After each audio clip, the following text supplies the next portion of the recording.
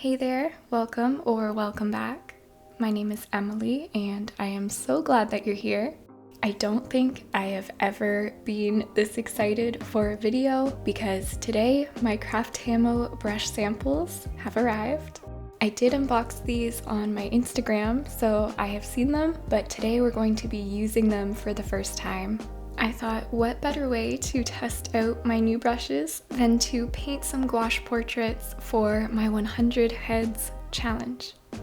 I also wanted to let you know that you can now sign up to be notified via email when these brushes launch. I will have a link down below if you are interested. These are suitable for any wet media, but I did design them with gouache in mind. And as these are only the samples, we may make some small changes, but I wanted to put them to the test first. So I'm going to be using these on and off camera for the next week or so that I will know if I need to make any alterations to the final design. So we have 4 flats and 3 rounds. These are the essential brush sizes for me and how I paint. So we have a 1-inch flat brush, a 3/4 inch flat brush, a 1/2 inch, and a 3/8 of an inch flat brush. And for the 3 rounds, we have a 6, a 4, and a 2. The rounds come to a really nice point, so they are great for details. So before jumping into the portrait painting, I of course had to do some test swatches with each of the brushes to get an idea of how much paint and water they hold, and also the different types of strokes I can achieve with them. I find that the water/paint holding capacity is perfect for gouache. You can get some really nice flat strokes and it holds enough paint that you don't need to go back and dip into your palette after every stroke. I'm also really happy with the bristle firmness. They're soft, but they have a really nice snap to them. They're not too soft or too firm in my opinion. They hold their shape really nicely and they're soft enough that you can get really smooth paint applications.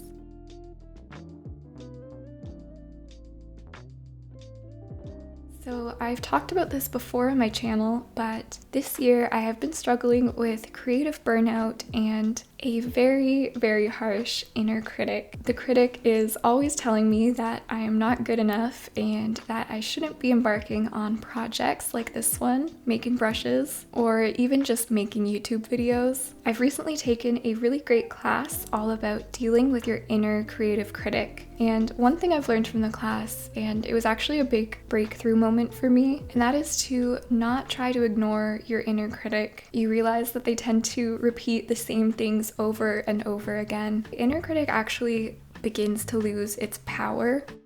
This class and many other great classes for creatives can be found on Skillshare, the sponsor of today's video. Skillshare is the largest online learning community for creatives with thousands of classes led by industry pros across film, illustration, design, freelance, productivity, and more. The class Creative Confidence: Learn to Overcome the Critical Voice is actually part of a new learning path on Skillshare called Beat Art Block and Rebuild Your Creative Confidence. Learning paths are hand-picked classes meant to be taken in order that build on one another. They are available in a range of experience levels from beginner to advanced and a variety of categories including design, productivity, creative freelancing, visual arts, and much more. This year, invest in yourself and your goals by starting a learning journey on Skillshare to take your career, your skills, or your new creative passion to the next level. I'm happy to share that the first 500 people to use my link in the description will receive a 1-month free trial of Skillshare. Thank you, Skillshare, for sponsoring today's video, and let's get to painting. Okay, it's now time to put these brushes to the test, and if you aren't new to this channel, then you probably know about the 100 Painted Heads challenge that I've been working on. It's been a slow challenge, a little bit slower than I initially wanted it to be, but it's been so worth it because I have honestly seen some really great improvements, and yes, I can't recommend this challenge enough. I will have these references and all of my 100 heads references linked below. It's a Pinterest board if you want to try the challenge yourself, painting or drawing. I'm really hoping to finish this challenge this year. No, I will finish this challenge this year. So I've been really enjoying sketching the portraits with a watercolor pencil because I really like how the drawing sort of melts into the painting. It feels like it's more of the painting process than a separate sketching stage. I did all of the sketching off camera because I wanted this video to be more about the brushes, obviously. But I have also found that a great way to get through this challenge quicker is to sketch a bunch of heads on days when I feel like sketching, and then on the days when I feel like painting, I can just jump right on into painting. I find sometimes when I really feel like painting, I might rush the sketch step and maybe not focus as much as I should on proportions and things like that. It makes it a little bit easier to pick up the sketchbook and, poke away at the challenge. So right off the bat, I think these brushes are incredibly beautiful. I designed every aspect of them down to the millimeter of bristle length, the brush width, the type of ferrule, the exact Pantone color of the bristles and the handles. The final brushes, when they become available, will have my branding and Craftamo's branding on the handle, and they'll come in a really lovely box with my artwork on it and a magnetic closure.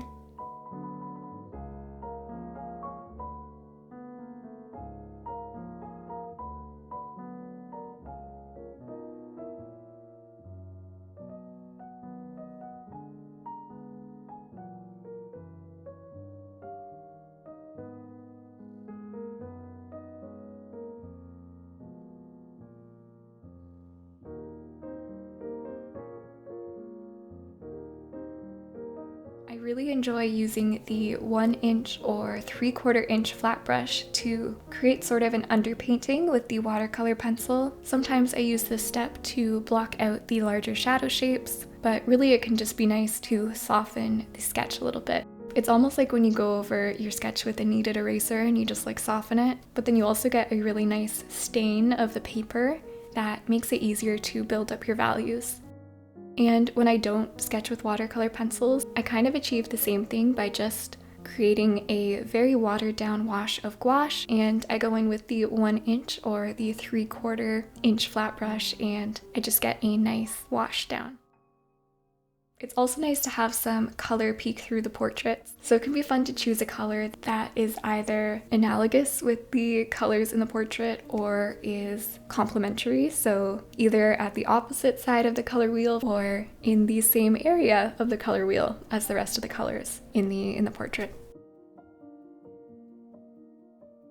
I usually use the number 6 or 4 round brush to first sketch out the portrait with gouache, usually using a burnt sienna or another warm color mix, so maybe burnt sienna and a bit of cadmium red, or if it's a cooler portrait, I might add some lavender and burnt sienna for that initial sketch. It just depends.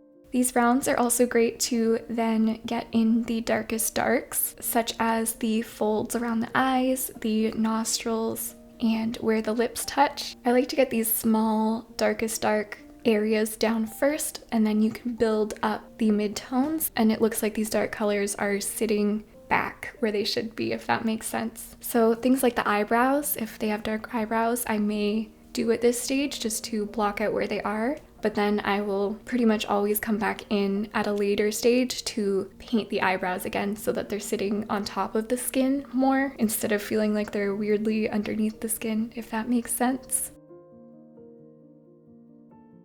Then I usually go in with my 1/2 inch gouache brush for a good portion of the portrait, getting in the major shapes, the big planes, and a lot of the local color of the portrait.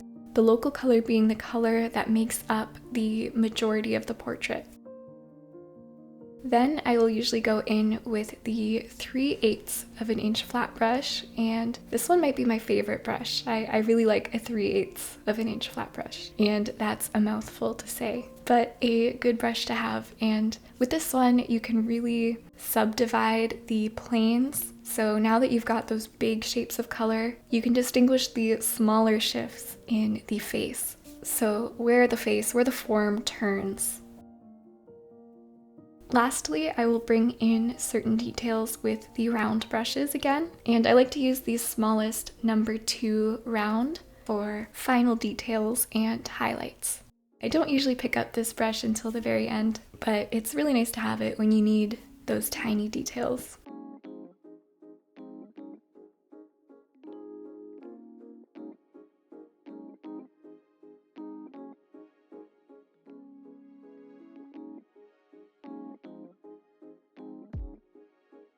So using these brushes was such a lovely experience. It was like, this is exactly what I've been wanting. This is exactly what I've been looking for. And I think when your tools are really good, the whole process can feel a little bit more effortless. You're not fighting against your tools. And when this happens, you sort of forget that they're there, which I feel like is a really good sign.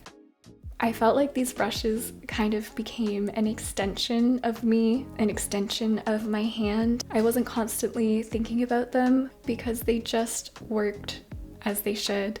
They put down paint smoothly. I didn't have to go back into my palette constantly to get more paint on my brush. I only had to really go back into the palette when I needed to make a shift in my color.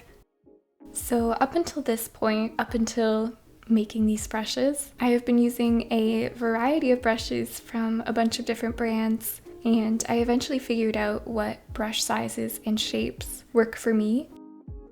But with the hodgepodge of brushes that I was using, I'd have one that was the perfect size, but the bristles were too firm, or the bristles were just right in this one brush, but it wasn't a size that I ever reached for, or that was, useful for me. So having this set where every brush is just exactly how I like it is really the greatest treat.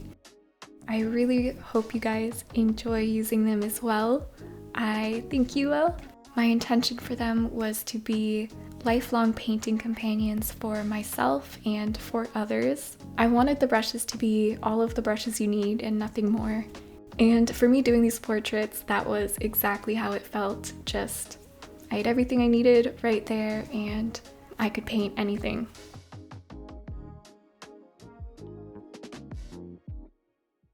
The last painting for this video is actually my favorite. I really settled on a method of using these brushes where it just felt like a breeze.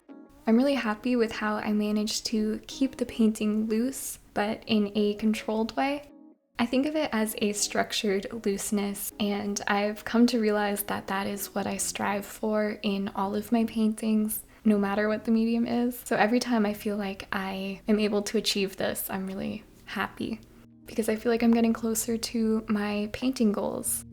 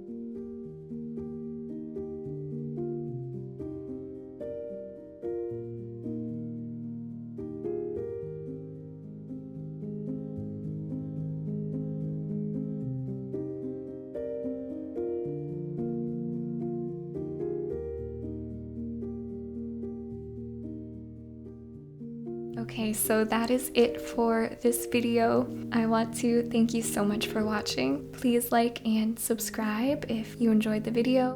Also, leave a comment. I would love to know your thoughts on these brushes or honestly anything else.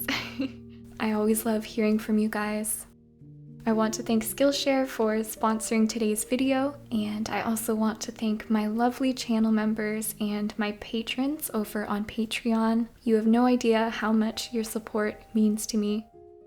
Have a lovely day or night wherever you are, and I will see you all real soon with another video. Bye-bye!